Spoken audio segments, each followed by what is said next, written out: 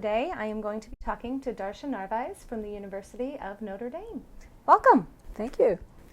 You did a great piece that has gotten a lot of attention on crying it out and kind of some of the dangers and problems and the science around the problems with it. I know when it came out, and I know still to this day, there are people that find it too extreme in its view against something that parents seem to cling to as being necessary for them and their family for the functioning. So two questions really. One, why do you think this view seems so extreme to the point where people are almost backlashing against it? And two, how do you think we can get that message across to these people that swear that they need to do this for their own sanity? It makes them a better parent. How can you kind of shift their thinking to realize that maybe they don't need to leave their baby to cry it out in order to be a better parent? I think, again, the issue is culture of parenting, and we've shifted our baseline so much that we think it's normal that babies cry, and it's really not a normal thing. If our ancestors had babies crying, they would have all been eaten by the nearest predator. Yeah. So it makes no sense, and Wenda Trevarthen has written about this, and she points out that the irritating cry is irritating for a reason. It's only for super distress when the baby's really in danger that they're going to make that terrible noise. But we've now done all sorts of things to children at birth that make them more irritable, or the lack of social support of mothers during pregnancy increases stress, which increases irritability of the baby.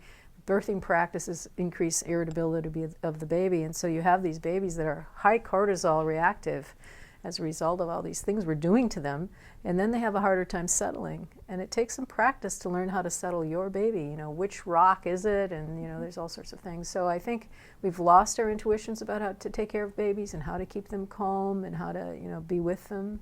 In order for us to change people's minds, it's going to have to be, they need lots of examples of babies that are calm and how you can be, you know, even more healthful as an adult with a baby when you sleep with them or when you care for them in ways that don't distress the baby.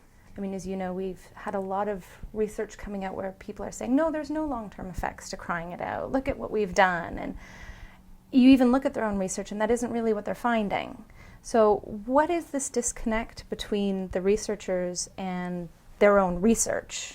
Well, I think we have a cultural orientation towards minimizing as much as possible what we give to babies. I hate to sound cynical here, but it seems to be the case that we think that children should, their lives should revolve around parents' lives, and that they should, whatever it is they need should be minimized to the extent that it doesn't inconvenience parents. So that's a bit of concern. Yeah. Because they have a lot of needs that we already know about from the studies of our mammalian heritage as social mammals that have been shown to be in these small band hunter-gatherers. So babies need to have extensive touch pretty much 24 hours a day from someone. It doesn't have to be mom, it doesn't have to be dad, but it needs to be someone who cares for that baby. And they need breastfeeding, and they need responsiveness to their cues, and they need play, and they need lots of social support for the dyad. Can you elaborate a bit on our focus on kind of learning and cognitive development earlier, inhibiting the right brain development and the emotional development in children? Yes. So some people have noticed that in early life, before age 2.5, the right brain grows more quickly than the left brain. And the right brain is about experience, and it's about, it manages our emotions and our empathy, and is mostly where our unconscious resides. And most of who we are is in the unconscious mind. It governs us. We often aren't aware of it. And the left brain is more of that, houses more of the language and you know, speaking in generalities, and the consciousness. And so there are some that argue that if you start kids reading too young, you shut down or you circumvent the normal development of that right brain, which is so important for having intuitions about how to get along in the world with people, with, you know, work, outside, whatever you're doing. Needs to be immersion in real life experience.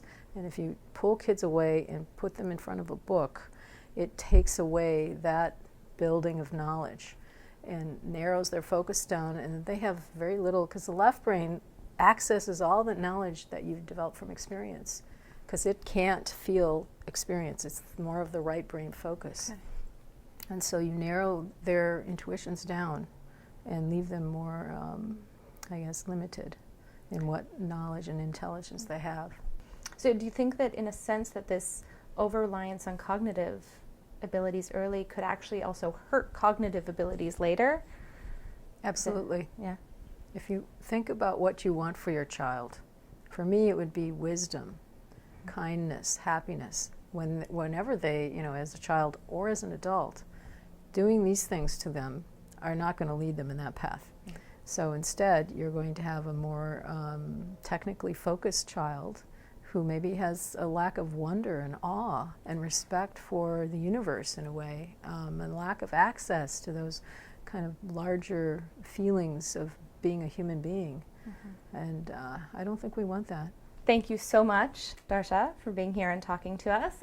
You can find out more about Darcia and her work. She's at the University of Notre Dame, but she also does a blog, Moral Landscapes, on Psychology Today, which you can check out. There are some great pieces on there, including the very controversial one on Cry It Out, which I personally love. So thank you very much, and this is Tracy. I will see you next time. Thank you very much.